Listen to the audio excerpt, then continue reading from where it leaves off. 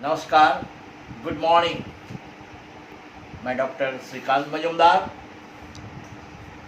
Assistant lecture, Jawaharlal Nehru college Chakradharpur.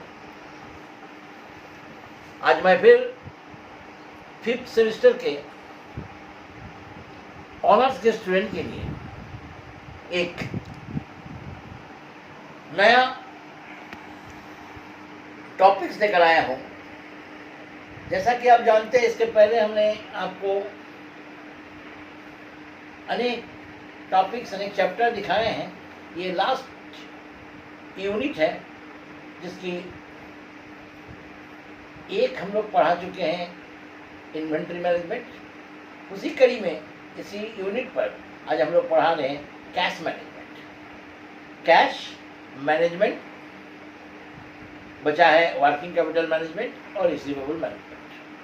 तब ये financial management का प्रैक्टिकल ओरिएंटेड क्वेश्चन सब हो जाएगा। आइए मैं बताता हूँ आपको मैनेजमेंट ऑफ कैश। उसके पहले जान लेना है कैश क्या है। नगद। शरीर में जिस प्रकार से खून की अहमियत है, एक बिजनेस में ठीक उसी प्रकार से कैश की अहमियत है। खून ना हो शरीर में तो कार्य क्षमता घट जाती है। खून ज़्यादा हो तो शरीर में बेचैनी आती है, अनेक प्रकार की असुविधा का सामना करना पड़ता है। ठीक उसी प्रकार अगर कैश कम हो बिजनेस में तो व्यापार तरक्की नहीं कर सकती, व्यापार की भी कार्य क्षमता घट जाती है। दूसरी ओर कैश अधिक हो जाए तो भी अच्छा नहीं है व्यापार के लिए। तो उसी प्रकार शरीर के रूपी रक्त के समान व्यापार रूपी कैश है। हम लोग जानते हैं कि बिजनेस में कैश को ऑपरेशन करना पड़ता है ठीक ढंग से, इसकी बहुत ज़रूरी है। इसीलिए कैश का मैनेजमेंट करना पड़ता है, कैश का प्रबंध करना पड़ता है। इसलिए ये चैप्टर हम लोग लिए हैं, management of cash. Cash in the business. Cash in the business is comparing with blood of human body. No business can operate successfully and efficiently without adequate cash. यानी पर्याप्त नगद ना हो तो कोई भी व्यापार अच्छे ढंग से नहीं चल सकती है। Availability of cash in business either excess or short put adverse effect. अगर ज़्यादा हो या कम हो उसका विपरीत स्थिति उत्पन्न हो जाती है। मैंने अभी आपको कहा effect on the particular profitability of any business organisation. किसी भी व्यापार में लाभजनकता घट जाती है या उसका अच्छा इफेक्ट नहीं पड़ता अगर ज़्यादा या कम कैश हो जाए तो। Cash must be in sufficient quantity in order to run the business smoothly. इतनी क्वांटिटी में होना चाहिए, सफिशियंट क्वांटिटी, ज़्यादा नहीं कम भी नहीं, सफिशियंट उचित मात्रा, जिसको हिंदी में कहते हैं उचित मात्रा में होनी चाहिए business smoothly. So there is a need for effective management of cash in an organisation. इसलिए कैश की मैनेजमेंट बहुत बहुत ज़रूरी है। इसी कड़ी पर हम लोग आज कैश मैनेजमेंट आपको समझा रहे हैं। आइए, factor affecting the cash level. Different business will have two different views. Different business will have two different views hold cash. कितनी रखा जाए कैश, ये अलग अलग व्यापार के लिए अलग अलग है। Even then the following factors might affect the level of cash. फिर भी ये निम्नलिखित तत्व कैश को, नगद को प्रभावित करती है। Credit standing of the enterprise. कितनी उधार दिया जा सकता है, उधार की क्या परिस्थिति है, उस पर नगद की डिपेंड करता है। अधिक उधार होगा तो कैश की कम जरूरत होगा। Production policy. उत्पादन की नियम क्या है, पॉलिसी क्या है। प्रोडक्शन प्रोसेस, विधि क्या है, इस प्रोडक्शन प्रोसेस पर भी डिपेंड करता है। Status of sales and purchase. Sales and purchase का स्टेटस भी निर्भर करती है। सेल्स और परचेज, सेल्स अगर ज़्यादातर नगद में हो तो कम नगद की ज़रूरत होती है। परचेज अगर ज़्यादातर उधार में होती है तो भी कम, या उल्टा तरफ भी मान लीजिए। तो उसी प्रकार से कलेक्शन पॉलिसी यानी कैश की, यानी डेटर से कलेक्शन की पॉलिसी क्या है, इस पर भी निर्भर करती है कैश का। Nature of business, economic condition, अर्थव्यवस्था की स्थिति, facility of bank overdraft, bank overdraft अगर आपको लगातार मिलता रहे तो कम कष्ट से भी आपका काम चल जाएगा। मैनेजरियल पॉलिसी, मैनेजर की पॉलिसी भी बहुत महत्वपूर्ण होती है निर्णय लेने में। प्रोडक्ट डिमांड अगर बहुत ज़्यादा है प्रोडक्ट का तो भी कैश की कम ज़रूरत होती है। ठीक है, तो इसी प्रकार से हम लोग कैश क्या चीज़ से प्रभावित होता है, ये इतने सारे मैंने आपको बताया, थ्योरी के लिए आपको काफ़ी काम आता है। Functions of cash management. Following is the function of cash management. Cash planning and control.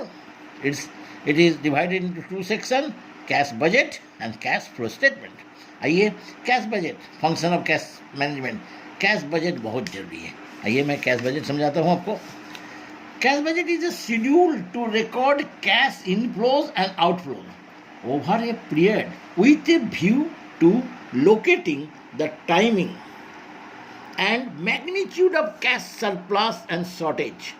यानी एक ऐसा शेड्यूल बनता है, एक ऐसा तरीका है, एक ऐसा स्टेटमेंट है जो आपको कैश का इनफ्लो, कैश आती है किस प्रकार से संस्था में, किस कारण से कैश जाती है, इसकी एक अच्छे शेड्यूल है। और मैग्नीट्यूड कैश के कितना सरप्लस है या शॉर्टेज है, ये सारी चीज़ इससे आपको पता चल जाता है कैश बजट से। Cash budget is play a key role in cash management. Cash management क्या, कैश बजट एक बहुत ही महत्वपूर्ण भूमिका अदा करती है।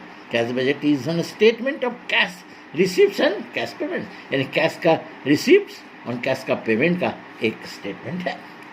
टाइम लैग, कैश बजट में सबसे इंपॉर्टेंट है टाइम लैग, समय विलंबना। It shows the difference of time between actual transaction and actual cash flows. समय देखिए, जैसे एक उदाहरण लीजिए, suppose sales amounted in January 50,000, जनवरी में 50,000 सेल्स किए, and time lag 38, that means remaining जो बच गया, एक में से 3/5/8 cash received in the month of January and 38 received in the month of February. Time lag मैंने आपको 3/8 कैश अगले टाइम लैग, ये अगले जनवरी में बेचे तो फरवरी में मिलेगा पैसा, और बचा हुआ जो 5/8 वो उसी महीना में मिलेगा जनवरी में। ये टाइम लैग का बहुत ही इंपॉर्टेंट, यही सब गलती होती है स्टूडेंट से कि 3/8 को कहाँ लेंगे, अगले महीना, और 1 जो बचा है 5/8 वो इसी महीना में मिलेगा। देखिए जनवरी में मिलेगा 5/8 और 3/8 मिलेगा फरवरी में। That is the time lag, समय विलंबना बहुत ही। आइए एक क्वेश्चन को अगर हम लोग देखते हैं टाइम लैग का, तो देखिए आपको समझ में आ जाएगा। ये क्वेश्चन देखिए, question number 2, short question, 4 marks का। 4 मार्क्स का ये क्वेश्चन काफ़ी इंपॉर्टेंट है। क्वेश्चन नंबर 2 देखिए, estimated monthly wages of the firm is as follows. ये दे दिया अप्रैल, मई, जून, जुलाई, अगस्त। द टाइम लैग देखिए, time lag payment of wages 1/4 month, 1/4 of month, 1/4 month का मतलब समझ गया। टाइम लैग दे दिया, समय विलंबना, देखिए टाइम लैग 1/4 मंथ। इसको कैसे बनाते हैं जरा ध्यान से देखिए।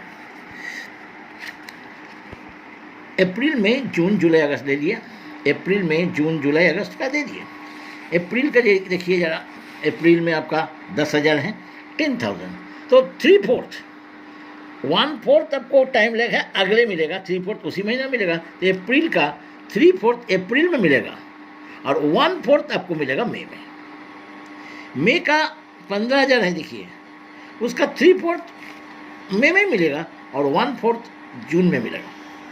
समझ गया ना। ठीक उसी प्रकार से जून का 3/4 जून में मिलेगा और 1/4 जुलाई में मिलेगा। जुलाई का 3/4 जुलाई में मिलेगा, 1/4 अगस्त में मिलेगा। अगस्त का 3/4 अगस्त में मिलेगा, 1/4 सितंबर। चूँकि हम तक अगस्त तक करना है इसलिए यहीं तक किए। इस प्रकार से ये जोड़ देंगे तो देखिए टोटल कलेक्शन कितना हुआ, टोटल पेमेंट कितना हुआ। अप्रैल में 7,500, मई में, समझ गए इसको ना। तो जो टाइम लग देगा वो अगले में जाइएगा, उसको नेक्स्ट में, आज जो बचा रहेगा जो नहीं दिया वो उसी महीना में मिलेगा। तो 3/4 टाइम 1/4 अगले महीना, 3/4 उसी महीना में। ठीक है, ये तो था वेजेज का। आइए एक कैश बजट का मैथ, कैश बजट का मैथ कैसे बनता है, ये लॉन्ग क्वेश्चन में आ सकती है, काफ़ी सहज क्वेश्चन है, इसलिए इसको बनाना आपके लिए कोई दिक्कत नहीं है। आइए क्वेश्चन नंबर 3, क्वेश्चन नंबर 3 को देखिए। ये क्वेश्चन को जरूर लिख दीजिएगा। From the following data prepare the cash budget April to June, indicate the extent bank facilities required end of the each month. 50% credit sales are realized the month following and the sales and the 50% remaining sales in the second month. The creditors are paid after 1 month of the purchase. Cash at bank 1 अप्रैल 25,000 दे दिया है। अब इस question को देखिए हम लोग कैसे solve करते हैं। पहले कलेक्शन फ्रॉम डेटर्स। क्वेश्चन में क्या दिया है, जहाँ से सेल्स होगा उसका 1 महीना बाद, सेल्स का ठीक 1 महीना बाद देखिए बोला है, हाँ उसी अगले महीना, in the following month next month. तो हमको निकालना है अप्रैल में जून का, यहाँ दे दिया देखिए फरवरी, तो फरवरी का मार्च में और मार्च का अप्रैल में। ये देखिए फरवरी का हाफ जो है वो अप्रैल में मिलेगा, क्योंकि फरवरी में बिक्री से कुछ नहीं मिलेगा, उसका हाफ मिलेगा मार्च में, हाफ मिलेगा अप्रैल में, तो अप्रैल में इसका हाफ हो गया। अब मार्च का अप्रैल में मिलेगा हाफ और मई में मिलेगा हाफ। देखिए इसका केवल हाफ मिला, इसका हाफ यहाँ जाएगा, हाफ यहाँ जाएगा। अब बोले यहाँ क्यों नहीं लिए, क्योंकि हमको मार्च का नहीं निकालना है ना, अप्रैल का निकालना है, इसलिए हम लोग अप्रैल का हाफ लिए। इस प्रकार से ये हाफ अप्रैल का मई में मिलेगा हाफ और जून में मिलेगा हाफ, और मई का मई में नहीं मिलेगा बल्कि जून में मिलेगा हाफ, जुलाई में, तो जुलाई यहाँ ज़रूरत नहीं है। इस प्रकार से हम लोग कलेक्शन देख लिए, सेल्स को जो किया डेटर से कलेक्शन कितना हुआ, ये काफ़ी इंपॉर्टेंट है, टाइम लैग हो गया। अब आइए ओपनिंग बैलेंस ऑफ कैश, केवल इसको पहले लीजिएगा, सबको नहीं लीजिएगा, क्योंकि ये तो आपके पास नहीं है। देखिए आपको ओपनिंग बैलेंस केवल एक दे देगा अप्रैल का, बस रिसिप्ट कैश कलेक्शन फ्रॉम दिख दिए सबका, और कुछ कहीं से कलेक्शन नहीं है, तो बस कहीं से भी रिसिप्ट होगा यहाँ लिखिएगा, रिसिप्ट यहाँ लिखिएगा, फिर जोड़िएगा। और पेमेंट में देखिए paid to creditors after 1 month of the purchase, 1 महीना बाद, यानी मार्च का अप्रैल में, देखिए मार्च का अप्रैल में, अप्रैल का मई में, मई का जून में। इस प्रकार से आपको मिलता रहेगा। ये देखिए एक 1,44,000, 2,43,000, 2,46,000 1 महीना बाद। और वेजेस के बारे में कुछ नहीं कहा, तो इसका मतलब उसी महीने का खर्चा उसी महीने में, तो वेजेस नो लैग, इसलिए 11,000। देखिए ये देखिए 11 अप्रैल में जून हो गया, हमने जोड़ लिया 155। इस प्रकार से ये प्लस है, ये माइनस है, इससे पहले इसको जोड़कर घटाइएगा। बैलेंस कितना है 56, प्लस होने से इन हैंड और माइनस होने से ओवरड्राफ्ट। ये 56 को यहाँ बैठा देंगे, ओपनिंग हो जाएगा, अप्रैल का क्लोजिंग, मई का ओपनिंग, समझ गए ना। इसको बैठा के जोड़ दिए 2,06,000, इसकी टोटल किए 2,53,000, दैट इज द खर्चा ज़्यादा हो गया, तो 47,000 बैंक ओडी आ गया, बैंक ओवरड्राफ्ट। अब देखिए बैंक ओवरड्राफ्ट 47 यहाँ ले लिया, ओपनिंग माइनस कर 47, फिर 1,41,000 कितना हो जाएगा, घटा के देखिए 94, प्लस में आ रहा है, 95 तो प्लस है, ये प्लस है, ये प्लस है, दैट इज द 94। फिर देखिए माइनस 261, तो 94 से तो माइनस, यानी ओवरड्राफ्ट कितना हो गया, इससे ये माइनस बड़ा है ना, इसलिए माइनस ही रहेगा, 1,67,000, दैट इज द क्या हो गया इसका, ये है ओवरड्राफ्ट। आप बैंक से कितना पैसा लेना होगा, ये देखिए कैसे बैंक से कितना पैसा लेना होगा। एक चीज़ याद रखिएगा, 47 माइनस अगर है तो माइनस ही लिखिएगा यहाँ पर ओपनिंग में। बैंक से कितना लेना होगा, 47,000 जरूरत है, 47,000। जून में कितना लीजिएगा, आपको ज़रूरत है कितना, 1,67,000, जिसमें से 47,000 आपका क्या है, ओवरड्राफ्ट है, तो उसको माइनस कर दीजिए 47,000 को, तो आपको रिक्वायर कितना है, ये रिक्वायर 1,20,000। समझ गए, ये तो था कैश बजट बनाने का तरीका। सिंपल है, बहुत ही सिंपल। इसका एक और मैथ हम लोग फिर देखेंगे समय रहने पर, क्योंकि ये टाइम लैग वाला क्वेश्चन को जरूर देख लीजिएगा, टाइम लैग वाला क्वेश्चन को जरूर देख लीजिएगा, क्योंकि शॉर्ट क्वेश्चन में ये काफ़ी महत्वपूर्ण है। और मैं आपको बता दूं, कुछ थ्योरी आपको ध्यान में रखना होगा, क्योंकि एक चीज़ स्टूडेंट समझ लीजिए कि आप सारे मैथ नहीं पाइएगा, लॉन्ग एंड शॉर्ट दोनों ही में थ्योरी आपको लिखनी है, जैसे थ्योरी पार्ट पर जरूर ध्यान दीजिएगा। मैं रोज़ थ्योरी पार्ट कुछ बता दे रहा हूँ आपको, ठीक है। आज तक के लिए इतना ही, नमस्कार।